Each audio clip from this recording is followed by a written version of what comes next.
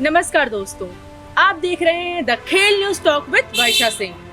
खेल न्यूज की पॉडकास्ट की कड़ियों में हम हमेशा ये कोशिश करते हैं कि हम आपको एक ऐसे व्यक्तित्व से रूबरू कराएं जिन्होंने एक नहीं बल्कि कई जगतों में अपनी सफलता की मिसाल कायम की। आज का पॉडकास्ट हमारे लिए बहुत ही स्पेशल है क्योंकि आज हम आपको एक ऐसी पर्सनैलिटी से रूबरू कराने जा रहे हैं जिनका नाम राजनीति और समाज सेवा दोनों में ही बड़े सम्मान से लिया जाता है। सर, हम शुरुआत आपके बचपन और उस माहौल से करना चाहेंगे जिसमें आपने अपनी सोच और मूल्य गढ़े। राजघराने से होने के बावजूद आपने जमीन से जुड़े रहने का जो दृष्टिकोण अपनाया है वो काबिले तारीफ है। क्या आप हमें बताना चाहेंगे वो कौन से पल थे जिसमें आपने ये निश्चय किया कि राजनीति केवल सत्ता नहीं बल्कि सेवा का भी माध्यम है? बचपन से ही जैसा आपने बताया कि राज परिवार से हम लोग हैं और राजा के मूल दायित्व ही हुआ करते थे। बचपन से इस बात को सुना और समझा कि लोगों की देखभाल करना, आपके क्षेत्र के अंतर्गत जितने लोग बसते हैं उनकी देखभाल आपका सीधा दायित्व होता है। तो ये विरासत में ही ये विचार मिले। फिर अपना स्वभाव होता है, माता पिता से और परिवार से, समाज से संस्कार मिलते हैं। आदमी कुछ खुद थोड़ा सीखता है, समझता है, अपना स्वभाव अनुरूप फिर अपने आप को ढाल लेता है, ढल जाता है आदमी। और गवर्नमेंट सर्विस में फादर सिलेक्ट हो गए थे, तो गवर्नमेंट सर्वेंट परिवार में ही मुख्यतः कुछ कर सकते। खेलना मुझे अच्छा लगता था। क्रिकेट डैडी से ही, डैडी क्रिकेट के शौकीन थे, बहुत शौकीन थे। अपने बचपन में, युवा काल में इलाहाबाद यूनिवर्सिटी से उन्होंने पढ़ाई की थी, वहाँ क्रिकेट खेलते थे, यूनिवर्सिटी में थे। सर्विस में वो आए तो बचपन से ही बैट बॉल उनके हाथ में भी देखा, उन्हें भी खिलाया, उनके साथ भी खेले। तो क्रिकेट का शौक था विशेष। यूनिवर्सिटी लेवल तक भोपाल यूनिवर्सिटी की टीम में भी सिलेक्ट हुआ था। और बाकी बोर्डिंग स्कूल में पढ़ने के कारण सभी खेल खेलता है बच्चा जब बोर्डिंग स्कूल में रहता है।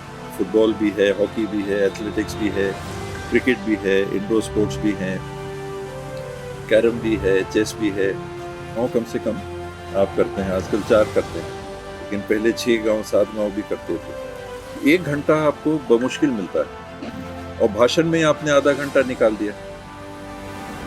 एक तरफा संवाद होता है वो, तो समय मुझे लगता था कि खराब होता है। तो मुझे महसूस हुआ, आप जब गांव में जाते हैं तो 10-15 मिनट तो लोगों को जुटने में और माहौल बनने में, एक संवाद की स्थिति बनने में 10-15 मिनट तो उसमें लग जाते हैं। वरना आप बाहर से आए, गांव वाले अपना काम छोड़ के आते हैं, बैठते हैं, कब शुरू होगी बात, क्या होगा, कौन क्या बोलेगा, तो कम से कम 15 मिनट तो उसमें लग जाते हैं। फिर आप बात इनिशिएट करते हैं, कैसे हैं आप लोग, क्या दिक्कतें हैं, उसमें फिर संवाद की स्थिति बनने लगती है। और भाषण में मुझे ये लगा कि जानकारी देना कि जो योजनाएं हैं, जो नई परिस्थितियां बनी हैं, अमूमन मुझे लगता है कि लोग उससे अनभिज्ञ रहते हैं। लोगों को हम लोग को ही नहीं मालूम रहती सारी योजनाएं, तो सामान्य स्तर पे तो हम छोड़ ही दें। तो उसमें कुछ समय में वनस्पत भाषण के कि ये योजना है, ये इसमें ऐसा है, ये आने वाला है, इसके लिए तैयारी रखिएगा। हाँ, कि अब जनगणना होनी है तो मैं जब भी गांव में जाऊंगा मैं जनगणना की बात अभी से चालू कर देता हूँ। जब 2026-27 में जनगणना होनी है तो तैयार रहिएगा। जनगणना में बहुत सारी जानकारियाँ मांगी जाती है। आपका नाम छूट गया तो आप पीछे रह जाओगे। आपके घर की क्या स्थिति है, आर्थिक स्थिति क्या है, ये सारे सवाल आएंगे। उसके लिए तैयारी भी रखना आप, नहीं तो आपकी सूची में उदाहरण के लिए गरीबी रेखा में नाम नहीं आया, आपके पास जमीन नहीं है, आपकी आर्थिक स्थिति ठीक नहीं है, लेकिन जनगणना में आपने भाग नहीं लिया, तो आपका नाम सूची में नहीं आएगा, सरकार के लाभ आपको नहीं मिलेंगे। तो वहाँ से लेके हर पहलू में जो सामयिक बातें रहती हैं, बीमारी से लेके, पढ़ाई से लेके, अन्य समस्याएं, तो ज्ञान जनता को मिलनी चाहिए। जानकारी, ज्ञान उतना नहीं, जानकारी होनी चाहिए और फिर उनकी बात सुनना। तो आप समझ लीजिए 1 घंटे से ऊपर तो इतने में हो गया। तो टाइम कम रहता है और ज़्यादा समय आपने भाषण में एक तरफा संवाद में लगाया, तो मैंने इसलिए आप आज महसूस बड़े किया लोकप्रिय नेता है अंबिकापुर के, आपकी इसी रणनीति की वजह से। तो लोगों का दृष्टिकोण है, लोगों का स्नेह है।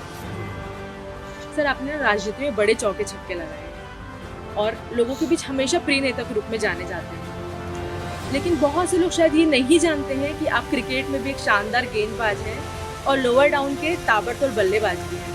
तो अपनी क्रिकेट की कुछ दिलचस्प कहानियां हमको बताइए जो अभी तक लोगों के अनसुनी रह गई हैं। स्कूल में तो जैसा बैटिंग डाली जी, और जी, बैटिंग जी। लेके गए और वहाँ पर कहीं बिछाया ग्राउंड में, नेल्स भी ले गए, ठोके, तैयार किया और खेला। तो हम लोगों ने भोपाल में काफ़ी क्रिकेट खेली और वहीं इन स्विंग मेरी डेवलप हुई। तो एक बॉलर के रूप में, न्यू बॉल बॉलर के रूप में मैं इन स्विंग बॉलिंग करता था जी, और कई बार लोग बीट भी होते थे, स्विंग काफ़ी हो जाती थी बॉल, वो भी देखता था। कई बार छक्के भी लगाते थे लोग, जी, तो उस चीज़ को भी देखता था, कहाँ पर फेंकना, कैसे फेंकना। अच्छा अनुभव था। विकेट्स भी मिलते थे जी, जी।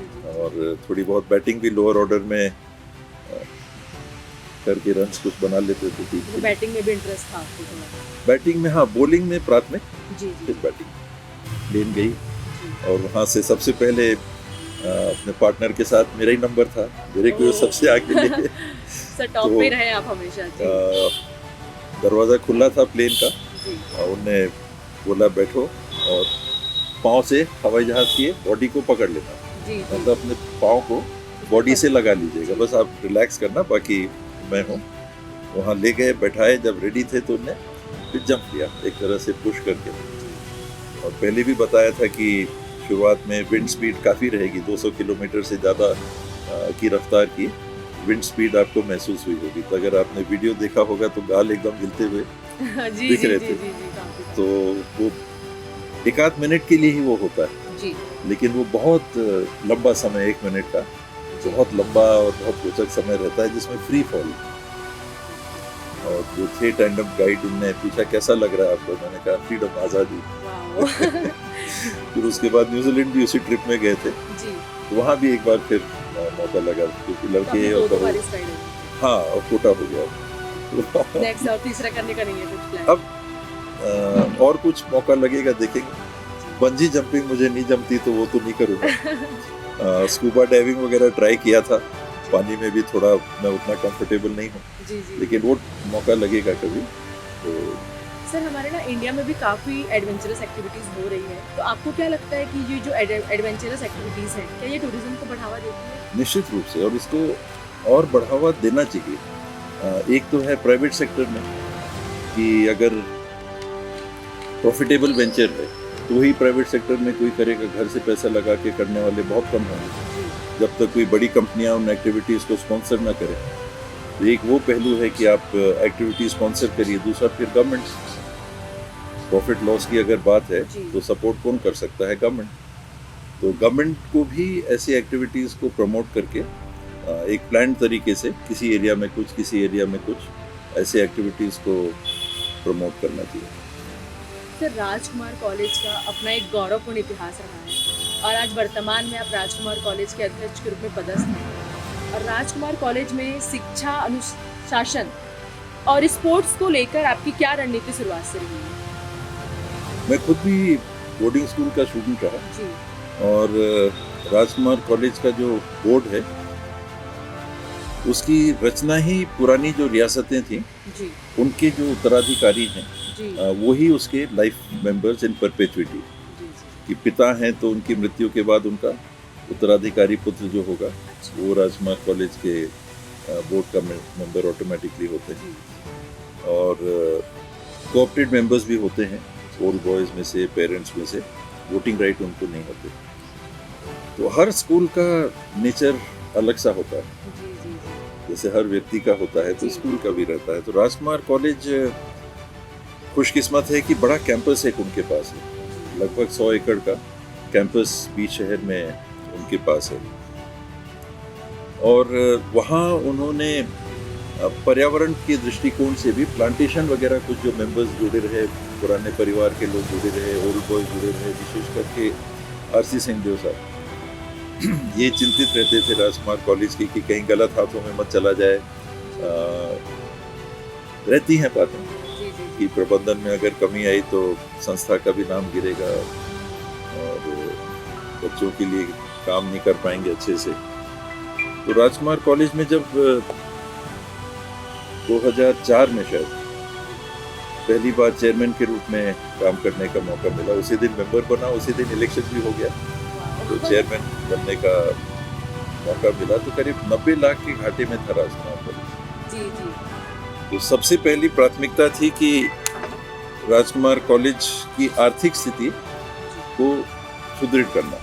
घाटे में कोई संस्था चल नहीं सकती, और 90 लाख का उस समय, आज से लगभग 20-21-22 साल पहले 90 लाख बहुत बड़ी रकम थी।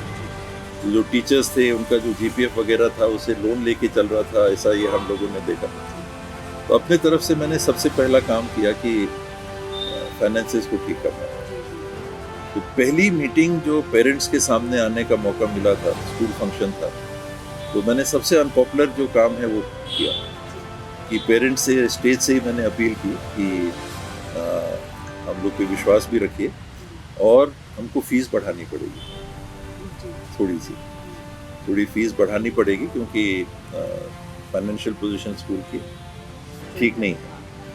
हमको टीचर्स को भी सैलरी देना, बेटर टीचर्स को लाना, बेटर सैलरी देना, इत्यादि इत्यादि। तो वो दिन है, और मुझे लगता है कि आज लगभग 22 साल हो गए। 2 बार प्रेसिडेंट, 3 बार चेयरमैन के रूप में काम करने का भी चेयरमैन के रूप में काम कर रहा हूँ, मैनेजिंग कमेटी। आज फंड्स की स्थिति में हम लोग स्टेबल हो गए कि 1-2 करोड़ बैंक में बैलेंस होगा, ज़्यादा नहीं कहूँगा कुछ बैलेंस होगा। तो वो सबसे ज़रूरी था कि आपको अगर कुछ भी करना है, फाइनेंशियली आप स्ट्रांग नहीं है या स्टेबल नहीं है, तो आप नहीं कर सकते।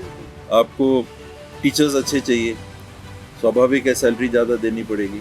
फाइनेंसेस ठीक नहीं है तो सैलरी कहाँ से दीजिएगा। आपको इंफ्रास्ट्रक्चर डेवलप करना है, इंफ्रास्ट्रक्चर कहाँ से डेवलप करिएगा अगर फंड्स नहीं है। तो वो बैलेंस बना के कि प्रबंधन ठीक रखिए, कुछ फीस बढ़ाइए, और करता हूँ कि भाई फाइनेंशियल पोजीशन क्या है। कहीं भी मैं जाता हूँ कि अगर काम करना है तो चेकबुक बताइए, बैंक बैलेंस बताइए, लेना देना कितना है, ड्यूज कितने हैं, इनकम क्या होगी, वहाँ से मैं चालू करता हूँ। तो वो स्थिति साफ दिख रही थी। तो बच्चों की संख्या भी कम हो रही थी, अनलिमिटेड फीस भी आप नहीं बढ़ा सकते। तो ये स्पष्ट था कि आपको वातावरण सुधारना पड़ेगा। तो इस काम में हम लोग लगे, और समय के साथ में जहाँ पहले 700-800 बच्चे थे, आज 2800 से ज़्यादा हो गए। फीस भी हमने कुछ बढ़ाई, लेकिन विगत कई सालों से फीस नहीं भी बढ़ाई। अगर फाइनेंशियली आप स्टेबल हो तो ज़्यादा लेने की भी ज़रूरत नहीं है। फिर क्वालिटी ऑफ एजुकेशन, डिसिप्लिन, इसको भी मेंटेन करना, वो भी लगता था कभी कभी कि थोड़ा सा हिल रहा है। तो अच्छे हम लोगों को साथी मिले, प्रिंसिपल इत्यादि स्टाफ मिले, और उनको सेंस जब गया कि नहीं, लोग ठीक से काम करना चाहते हैं, तो फिर मेरे को लगता है सभी ने कंट्रीब्यूट किया। और financially stable, infrastructure, salaries, discipline और फैसिलिटीज़, ये समय के साथ में। सर, ऐसा कहा जाता है कि जब भी स्पोर्ट्स में अपना फ्यूचर देखते हैं तो उसकी जो बीज होते हैं वो स्कूल से ही बोया जाता है, क्योंकि वही एक अपॉर्चुनिटी होती है जहाँ पे आपको खेलने का, अपना प्रतिभा दिखाने का एक स्टार्टिंग का अपॉर्चुनिटी मिलता है, एक अच्छा अवसर मिलता है। और अभी वर्तमान डेटा अगर हम देखें तो राजकुमार कॉलेज ने पिछले 5 सालों में 1500 से भी अधिक मेडल्स नेशनल लेवल पे लेके आए हैं, और इंटरनेशनल लेवल पे भी आपके यहाँ के स्टूडेंट्स जा रहे हैं। तो ये उपलब्धि आपको कितना गौरवान्वित करती है? संतोष होता है कि जिस लक्ष्य को लेके जिम्मेदारी संभाली थी मैनेजमेंट की, तो इसमें कॉलेज की व्यवस्था को सुधारना, बच्चों को बेहतर फैसिलिटी देना, उनको बेहतर नागरिक और उनकी क्षमता अनुसार बेहतर तैयार करने के मौके देना और तैयार करना, तो वो पूरा होते दिखते हैं या कुछ लक्ष्य प्राप्त होते हुए दिखते हैं तो संतोष होता है। मंजिलें और भी हैं, तो बहुत लंबा सफ़र रहता है। पढ़ाई का देखिए तो लिमिट नहीं है। बिल्कुल। मैंने अपनी तरफ से स्टाफ को कहा कि भाई मेरा टारगेट ये नहीं है कि सब 100% वाले हों, जी लेकिन सब 75% वाले कम से कम हों। जी जो बॉटम लाइन है उसको कोशिश करिए कि 75% हमारा हर स्टूडेंट 75%। सर, एजुकेशन के साथ आप खेल पे भी उतना ही। जी, फिर एजुकेशन के साथ में दूसरा पहलू बोर्डिंग स्कूल है तो उसका बहुत महत्वपूर्ण पहलू को करिकुलर एक्टिविटीज़ होते हैं, जी डांस, डिबेट, ड्रामा और स्पोर्ट्स। स्पोर्ट्स के लिए जो फैसिलिटीज़ हैं उनको भी डेवलप करना, बच्चों के लिए भी, संस्था के लिए भी, संस्था के प्रति रुचि के लिए भी, और फिर फाइनेंस से लेके सारी चीज़।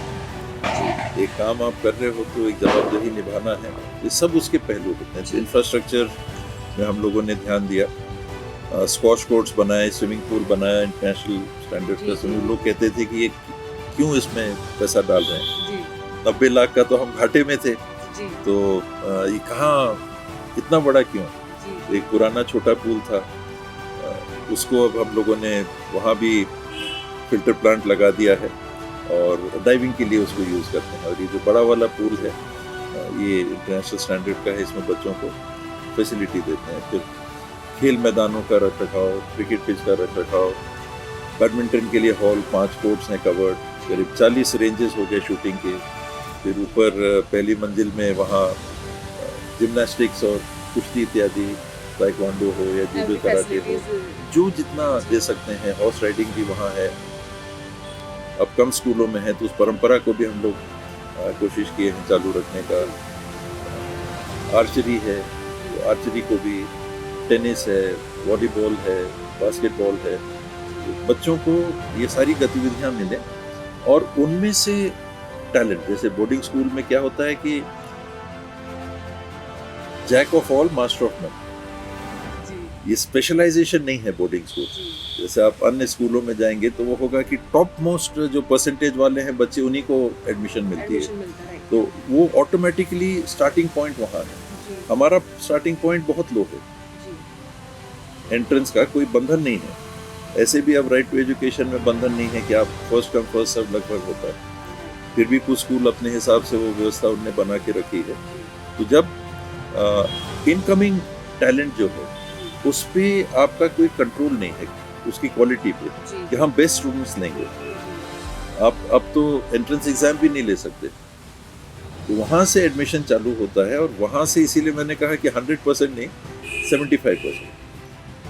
स्पोर्ट्स में सब खेलो और उसमें से जो टैलेंट किसी बच्चे में दिख रहा है उनको प्रोत्साहित करो कि इसमें ज़्यादा टाइम दो। सर, आपके नज़रिए में बेस्ट स्टूडेंट की क्वालिटी क्या होनी चाहिए?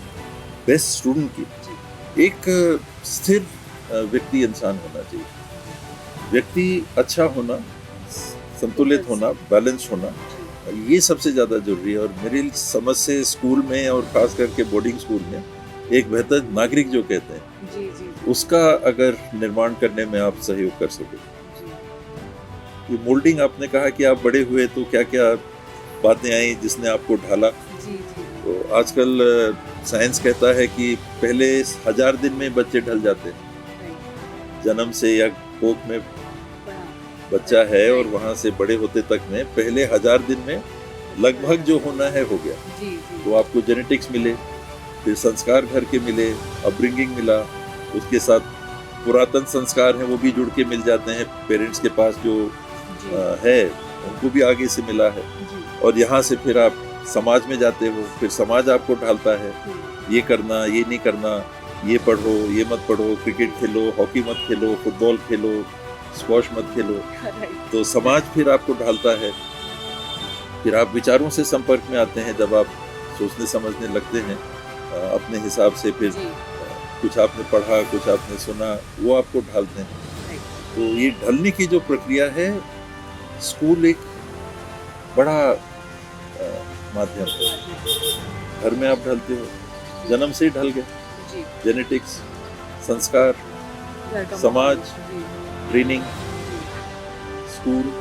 तो उसमें हम लोग देखते हैं कि पढ़ाई में भी, खेलकूद में भी ये मौके हैं जब आप किसी में जो टैलेंट है वो आप देख रहे हो, उसको बढ़ाना। तो करीब 30 हमारे पास स्पोर्ट्स, अलग अलग स्पोर्ट्स के टीचर्स हैं, ट्रेनर्स हैं, वो वहाँ पर बच्चों को देखते हैं, टैलेंट नर्चर करके, और उनमें से कोई अगर आगे जा सकते हैं तो उनको उस दिशा में प्रोत्साहित करना। तो आज और खेलों में भी हैं, लेकिन शूटिंग में खास करके नेशनल लेवल के हमारे बच्चे गोल्ड मेडल भी ला रहे हैं, नेशनल लेवल पे भी पार्टिसिपेट कर रहे हैं। फुटबॉल में भी अभी जीते, अभी क्रिकेट का टूर्नामेंट हुआ 3-4 स्कूलों का, साथ में बोर्डिंग स्कूल का, तो उसमें भी जीते। इनमें से फिर उनकी जो क्षमता है उनको भी उभारना, और हम क्या मदद कर सकते हैं। तो प्राइवेट कोचिंग, तो प्राइवेट ट्रेनिंग, क्रिकेट हो, फुटबॉल हो, बैडमिंटन हो। तो छत्तीसगढ़ का ना एक बड़ा हिस्सा ट्राइबल बेल्ट है, और हम आज देख रहे हैं कि बहुत से बच्चे वहाँ से निकलकर नेशनल रिकॉर्ड बना रहे हैं, जिनमें से जसपुर का एक धावक है अनिमेश कुचू, जिसने हाल ही में एक नया नेशनल रिकॉर्ड बनाया है। तो ऐसे रिकॉर्ड्स को बनाने के लिए केवल टैलेंट की आवश्यकता नहीं होती, इसके अलावा बेहतरीन रिसोर्सेज, ट्रेनिंग फैसिलिटीज़ और इक्विपमेंट की भी ज़रूरत होती है। क्या आपको लगता है कि हमारे यहाँ पे ये सारी फैसिलिटीज़ अवेलेबल हैं? नहीं, बिल्कुल नहीं है। एक खेल प्रेमी के नाते मैं बहुत हमेशा दुखी रहा। आपने राजनीति की भी बात की, हम लोग राजनीति से भी जुड़े रहे, और अपनी विफलताएं अगर कहिए, मैं मानता हूं कि मेरी सबसे बड़ी विफलताओं में एक विफलता ये होगी कि स्पोर्ट्स के लिए जो बजट होता है उसको बहुत ज़्यादा नहीं बढ़ा पाया। बोल के कहते हैं, लेकिन कितना हुआ कितना नहीं हुआ। हाँ, हमेशा हर बार बोलता हूँ। मैनिफेस्टो बना था कांग्रेस पार्टी का, उसमें मैं भी उससे जुड़ा हुआ था मैनिफेस्टो बनाने में। तो उसको अगर आप देखेंगे तो एक सरकार जहाँ काम करती है पब्लिक इंस्टीट्यूट में, प्राइमरी स्कूल से लेके कॉलेजेस तक, तो इसके लिए व्यवस्थाएं बनाइए। टैलेंट आपके पास है, कोचिंग अगर नहीं होगी तो एक सीमा के आगे वो चांस है तो बढ़ गया, नहीं तो नहीं बढ़ पाएगा। वो तुक्का मानिए या उसकी किस्मत मानिए कि वो निकल गया। अगर आप कुछ कर सकते हैं तो ट्रेनिंग, तो ट्रेनिंग कहाँ से चालू होगी? हमारी जनपदें हैं, जनपद पंचायतें हैं, तो क्या हर जनपद पंचायत में एक खेल ग्राउंड और कोच नहीं होने चाहिए? हमारी 146 ही तो हैं जनपद पंचायतें, तो 146 लोगों को हम नौकरी नहीं दे सकते क्या? सरकार नौकरी नहीं दे सकती क्या? तो वो मैनिफेस्टो का हिस्सा था जो उस रूप में लागू नहीं हुआ। 1 लाख रुपए भी अगर सैलरी पकड़ी तो कितना हुआ? 146 जनपदों में उसको 12 से भी गुणा कर दीजिए तो कितना हुआ? 20-25 करोड़ जी। क्या है? एम्प्लॉयमेंट जो मिलेगा वो सेकेंडरी एस्पेक्ट मेरे लिए। प्राइमरी एस्पेक्ट तो आप बच्चों को स्पोर्ट्स की ट्रेनिंग के लिए एक ट्रेंड व्यक्ति को, जो अपने स्पोर्ट्स अथॉरिटी ऑफ इंडिया हो गए और कहीं से मान्यता प्राप्त कोचेज हैं, उनको अपने यहाँ से लाइए और एम्प्लॉयमेंट दीजिए। तो जनपद के जिला स्तर पे गए तो जिले में ज़्यादा खेल हो रहे हैं, तो 7 कोच क्यों नहीं हो सकते? जनपद में अपन ने 1-2 से ही चालू किया, यहाँ 7 पे आ जाइए। कमिश्नरी लेवल पे 15 क्यों नहीं हो सकते? कितनी कमिश्नरियाँ हैं, कितने लोग लगेंगे? अगर आपने 15 लगे और 5 कमिश्नरी हैं तो 75 ही लोग को तो नौकरी देनी है। 2-2 लाख रुपए भी दिए तो कितना हुआ? 1.5 करोड़ रुपए। 12 से गुणा करिएगा तो कितना हुआ? 18 करोड़ रुपए साल का। आप इतना भी नहीं कर सकते सरकार की तरफ से। तो ये मेरे लिए दुख की बात बनी रहेगी कि कागजों में और बात में तो पहल की, लेकिन वो कन्वर्ट नहीं होता। आपको इंफ्रास्ट्रक्चर के साथ में कोचेज उपलब्ध कराने ही होंगे, और पहले कोच, इंफ्रास्ट्रक्चर तो फिर भी आता रहेगा, तो वो जरूरी है, वो करना चाहिए। फिर हम देखते हैं कि सरकारी तंत्र में अगर देखें या स्कूलों में देखें तो खेलों के आयोजन बहुत औपचारिक होते हैं। ये समय आया तो चलो बच्चों को बुलाया, खेल लिया, हो गया। फुटबॉल हमने करा दिया, हमने एथलेटिक्स करा दिया, तो उसके पीछे कमिटेड एफर्ट नहीं होता। यहाँ गवर्नमेंट के कितने हाई स्कूल्स हैं, कितने हाई सेकेंडरी स्कूल्स हैं, मिडिल स्कूल्स कितने हैं, तो क्या इंटर प्राइमरी स्कूल टूर्नामेंट हम करा पाते हैं? जनपद पंचायत क्षेत्र में मान लीजिए, वहीं करा लीजिए, वहाँ से टैलेंट तैयार, कहाँ से तैयार होंगे? आपने तो बस जैसे एक क्लास होती है वैसा करा दिया और लिख दिया कि हाँ हमने स्पोर्ट्स कर दिया, तो सीरियसनेस नहीं। गवर्नमेंट इनिशिएटिव में, मैं किसी पार्टी की बात नहीं कर रहा, पर गवर्नमेंट इनिशिएटिव में वो गंभीरता नहीं है, वो दृष्टि नहीं है, वो विजन नहीं है जो स्पोर्ट्स प्रमोशन के लिए इतना बड़ा टैलेंट पूल आपके पास, सारे बच्चे, यानी कितनी बड़ी संख्या बच्चों की गवर्नमेंट स्कूलों में पढ़ती है और उनको आप सीधे सीधे उनकी जो टैलेंट होगी, उनकी जो क्षमताएं हैं, उसको वेस्ट होने देना। कोई कंसंट्रेशन नहीं, कोई कंसंट्रेशन, औपचारिक, वो दुख मेरे लिए एक खिलाड़ी के रूप में। गवर्नमेंट से ये नहीं हो पाया, ये नहीं दिखता है कि ये हो रहा है कि नहीं कर पा रहे हैं, मैं कुछ कर नहीं पा रहा हूँ इसके लिए। सर, आप छत्तीसगढ़ के हेल्थ मिनिस्टर के रूप में भी कहा सेवा दे चुके हैं, और जब आप हेल्थ मिनिस्टर थे उस टाइम पे पूरी दुनिया कोविड जैसे महामारी सिचुएशन को फेस कर रही थी। तो सर, इतनी बड़ी चुनौती का सामना आपने छत्तीसगढ़ में स्थिति को अपने किस तरह से संभाला? जानकारी लेके मैंने प्रयास ये किया। मैं डॉक्टर नहीं हूँ, मैं क्वालिफाइड डॉक्टर नहीं हूँ, मुझे वो ज्ञान नहीं है जो एक ट्रेंड MBBS, MD, MS या सुपर स्पेशलिस्ट को हो सकता है। उन्हीं के साथ काम करना है। तो कहेंगे ये तो गंवार आदमी है, इसको तो मेडिकल में कुछ आता ही नहीं है, ये हमको बताएगा। तो ऐसे वातावरण में भी काम करना, सीनियर ऑफिसर्स हैं, IAS ऑफिसर्स हैं, दूसरे ऑफिसर्स हैं जिनका अपना अनुभव रहता है, उनके साथ काम करना। तो मैं पहल भी सभी क्षेत्रों में समय अनुसार कोशिश यही करता हूँ कि जानकारी भी अलग से लेते रहो। चाहे IT के माध्यम से आजकल बहुत सारी जानकारियाँ उपलब्ध रहती हैं, कहीं से डाउनलोड किया, कहीं पर जुड़े, उसके बारे में समझा, पढ़ा। जब मीटिंगों में जाइए तो उस स्वाद की जानकारी होनी चाहिए। कोविड के संदर्भ में जो इंटरनेशनली कुछ सोर्सेज थे जिनके बारे में मैंने जानकारी ली, उनसे संपर्क भी किया, उनकी बातें भी पढ़ी। WHO में जो कोविड और महामारी से जुड़ी हुई विंग को लीड कर रही थी, भारत की ही एक लेडी थी, उनसे भी, हमारी IAS ऑफिसर प्रिंसिपल सेक्रेटरी जो थी, उनके साथ हम लोगों ने वीडियो कॉन्फ्रेंसिंग में बात की। समय समय पर बात करते रहते थे। कोरिया में क्या हो रहा है वहाँ बात किया, वहाँ के एम्बेसडर से बात किया, कहीं कोई लिंक मिला, पहचान मिली, वहाँ आपके यहाँ क्या हो रहा है, सिंगापुर में क्या हो रहा है, अमेरिका में क्या हो रहा है, इसकी जानकारी लेना। और पहले ही दिन ये समझ में आ गया था कि कोरोना के इलाज के संबंध में किसी को कुछ नहीं मालूम, यानी सब इसको स्वीकार कर रहे हैं कि इसका कोई इलाज नहीं। ये डे 1 से एकदम क्लियर। फिर उस टाइम पे एक बात बड़ी वायरल हो रही थी कि अगर आप बहुत पॉजिटिव हैं तो आप कोविड से लड़ सकते हैं। जितने लोग भी पॉजिटिव थे वो काफ़ी लोग कोविड से लड़े भी। इसमें बात थी इम्यूनिटी की, क्योंकि इलाज तो है नहीं, क्योर जिसको कहते हैं, क्योर है नहीं, तो आपका बॉडी ही कोविड के इन्फेक्शन को फाइट कर रहा है। तो उसमें आपकी मनस्थिति अगर आपकी इम्यूनिटी को बढ़ा रही है तो आपके लिए सहायक हो सकती है। बॉडी के अंदर की ही इम्यून सिस्टम कोविड के वायरस से लड़ रहा था और ये म्यूटेटिंग वायरस था।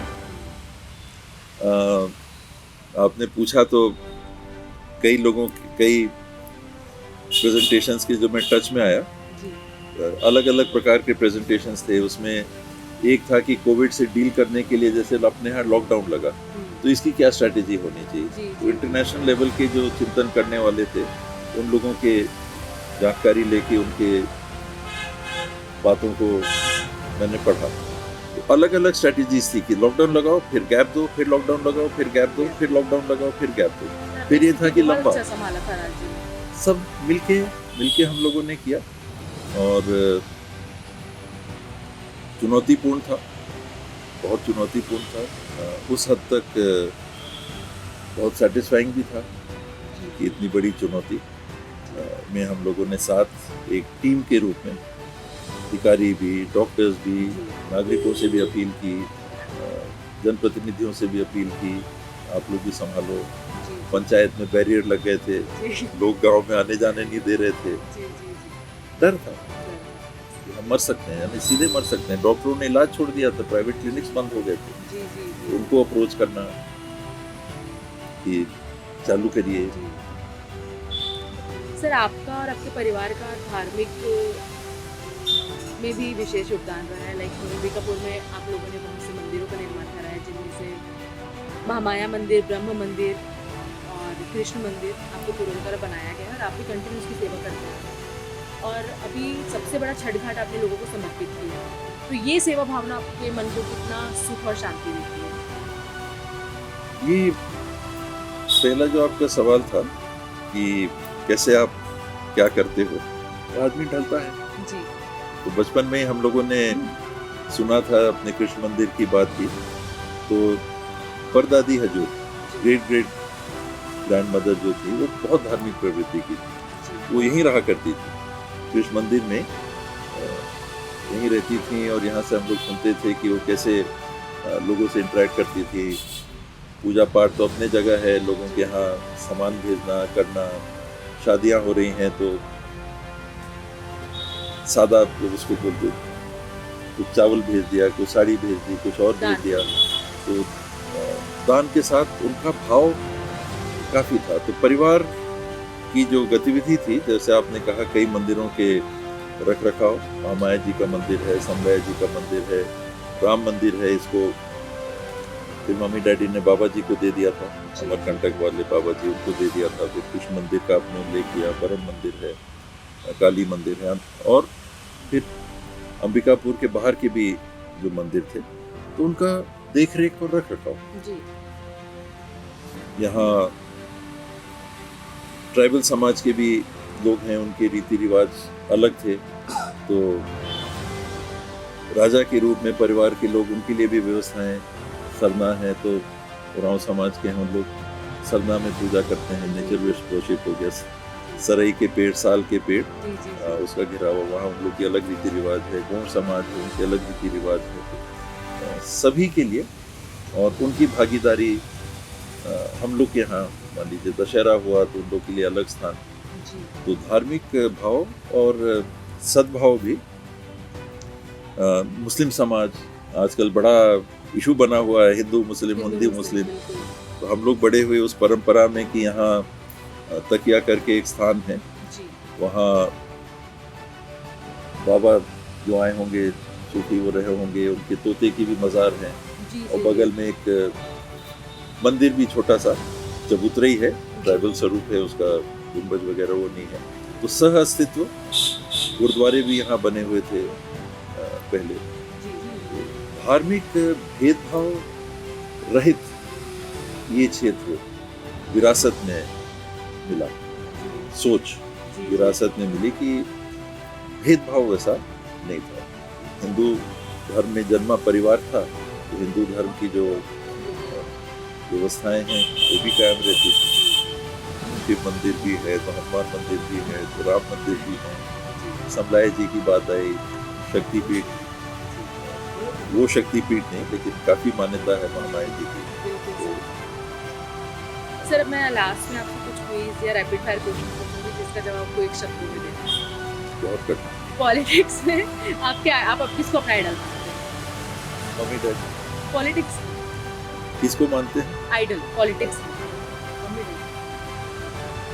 Who is your favourite cricketer? Cricketer? ये दिलचस्प क्वेश्चन है सर। बहुत कठिन है। आप कंफ्यूज हो रहे हैं क्या?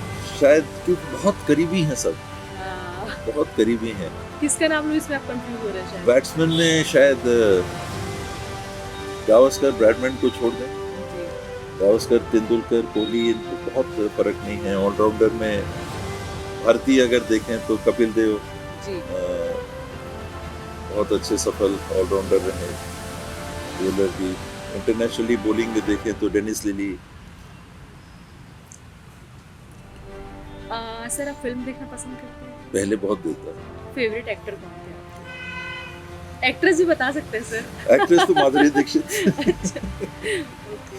सर, स्काई डाइविंग के बाद ऐसा कोई नेक्स्ट प्लानिंग जो एडवेंचर में आप करना चाहते हैं? मुझे नई जगह देखना अच्छा लगता है, तो कुछ जगहें बाकी हैं। बहुत जल्दी मैं इजिप्ट जाना चाहता हूँ, पिरामिड्स देखने, एक और टिक लगा दें। चाइना जाना चाहता हूँ, ग्रेट वॉल ऑफ चाइना पाँव रख लूँ, वो भी एक टिक लग जाएगा। 7 वंडर्स कवर करने हैं आपको? हाँ, ये बचपन से ही जो आपने कहा दिमाग में जो बातें रहती हैं तो स्कूल के समय से पिरामिड्स और उसकी कहानियाँ, उसके किस्से तो मन में है देखने का। भी यूके गया था तो स्टोनहेंज भी वैसे ही एक टिक करने वाला बचा हुआ था, वो भी टिक हो गया। अगर मौका लगा तो साउथ अमेरिका भी जाऊंगा, वहाँ की जो मायन कल्चर का है उसको भी देखने का है। एंटार्क्टिका पता नहीं पहुँच पाएंगे कि नहीं, तो कुछ बिल्कुल पहुंचोगे जगह सर। बाकी। सर अगर आपको ज़िंदगी में एक मौका मिले समय में वापस जाने का, तो राजनीति के बजाय आप कौन सा क्षेत्र चुनना चाहेंगे? शायद एजुकेशन टाइप का, अपनी बातें लोगों से साझा करने का। मतलब काइंड जिस ऑफ मौके में- राजनीति हो गया वो भी। राजनीति नहीं, शेयरिंग ऑफ व्यूज, टीचिंग के नज़दीक, प्रिंसिपल के नज़दीक, या